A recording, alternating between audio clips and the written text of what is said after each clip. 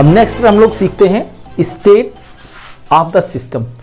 किसी भी microscopic properties को एक्सप्लेन करने के लिए उसकी कुछ डेफिनेट वैल्यूज होती हैं। सपोज करिए एक सिलेंडर है, इसमें गैस भरी हुई है, तो उसको बताने के लिए हम लोग क्या कहेंगे, हम बताएंगे कि सिलेंडर में गैस है, उसका प्रेशर कितना है, उसका वॉल्यूम कितना है, उसका मास कितना है, उसके नंबर ऑफ मोल्स कितने हैं, ये सारी चीज़ें हम डिफाइन करेंगे, है ना, किसी गैस के लिए।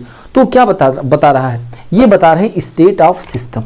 ये क्या बता रहे हैं, स्टेट ऑफ, यानी किसी माइक्रोस्कोपिक प्रॉपर्टीज को एक्सप्लेन करने के लिए ये जो सारे टर्म्स हैं वो क्या बताते हैं, स्टेट ऑफ सिस्टम, है ना। टेम्परेचर हो गया, टेम्परेचर हो गया।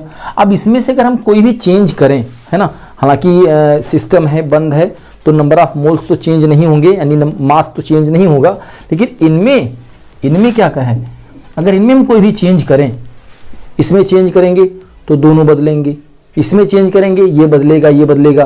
तो ये क्या है, इनमें एक रिलेशन है, इनमें एक रिलेशन है। तो ये जो चीजें हैं वो क्या होती हैं, ये सब मिलकर के बताती हैं स्टेट ऑफ सिस्टम। यानी कि अगर हम प्रेशर अप्लाई कर दें, तो प्रेशर अप्लाई करेंगे तो क्या हो जाएगा, प्रेशर अप्लाई करेंगे, प्रेशर बढ़ाएंगे तो प्रेशर P2 हो जाएगा। प्रेशर अप्लाई करने से टेम्परेचर बढ़ता है, टेम्परेचर T2 हो जाएगा।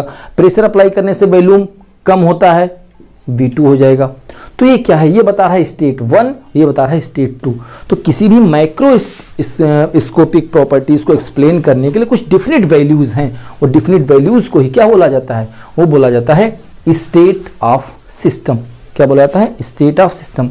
अब यही जो चीजें हैं T, P, V, ये सब एक दूसरे से डिपेंडेंट हैं, एक दूसरे के ऊपर निर्भर करती हैं। इनको बदलोगे ये बदलेगा, इनको बदलोगे ये बदलेगा, इसीलिए इनको बोला जाता है स्टेट वेरिएबल्स। क्या बोला जाता है, स्टेट वेरिएबल्स। स्टेट वेरिएबल्स इनको कहते हैं, या स्टेट फंक्शन, या क्या बोलते हैं, स्टेट फंक्शन बोलते हैं। बात समझ में आ गई। यानी इस अवस्था को बताने के लिए, स्टेट 1 को बताने के लिए और स्टेट 2 को बताने के लिए हमें क्या चाहिए, T, P, V।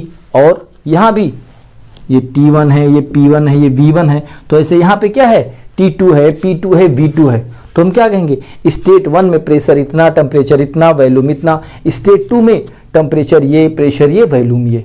ठीक है, तो ये क्या होता है, स्टेट वेरिएबल्स।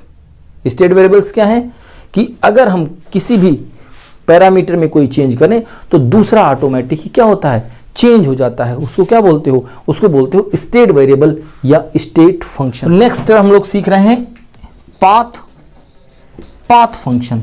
नेक्स्ट टर्म है पाथ फंक्शन। यानी कुछ प्रॉपर्टीज ऐसी होती हैं जो स्टेट पे डिपेंड करती हैं। मैंने बताया ना कि किसी सिलेंडर में गैस है तो उसको डिफाइन करने के लिए हमें एक टेम्परेचर, एक प्रेशर, एक वॉल्यूम, उसकी आवश्यकता पड़ती है। लेकिन कुछ ऐसे भी प्रॉपर्टीज हैं जिनको टेम्परेचर, प्रेशर, वॉल्यूम की आवश्यकता नहीं होती है, वो रूट पे डिपेंड नहीं करते हैं, वो डिपेंड करते हैं, वो डिपेंड करते हैं, ये जो पाथ फंक्शन है वो रूट पर डिपेंड करता है। जैसे वर्क, कुछ ऐसी प्रॉपर्टीज होती हैं जो किस पे डिपेंड करती हैं, रूट पर, ना कि किसी स्टेट पर। जैसे कि यहां पे हम स्टेट 1 में हैं, स्टेट ए में हैं, स्टेट बी में गए।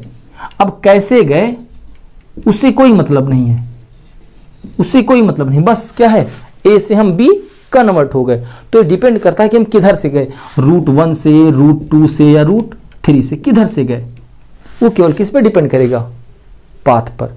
तो कुछ ऐसी प्रॉपर्टीज हैं जो रास्ते पर डिपेंड करती है, किस रास्ते से होकर के लाया गया, शॉर्टेस्ट है कि लॉन्गेस्ट है ना, कि 2 स्टेप है या मल्टी स्टेप है प्रोसेस। तो क्या होते हैं, होते हैं पाथ फंक्शन। जैसे कि क्या होता है हमारा हीट और वर्क, ये दो ऐसी प्रॉपर्टीज हैं जो क्या होती हैं, पाथ डिपेंडेंट होती हैं, रूट पर डिपेंड करती हैं कि किस तरीके से उसको हम एक स्टेट से दूसरे स्टेट में लेकर जाते हैं। ठीक है, तो आज की क्लास में हम लोग इतना पढ़ेंगे। नेक्स्ट क्लास में बाकी की जो टर्मिनोलॉजी है वो हम लोग पढ़ते हैं। Thank you.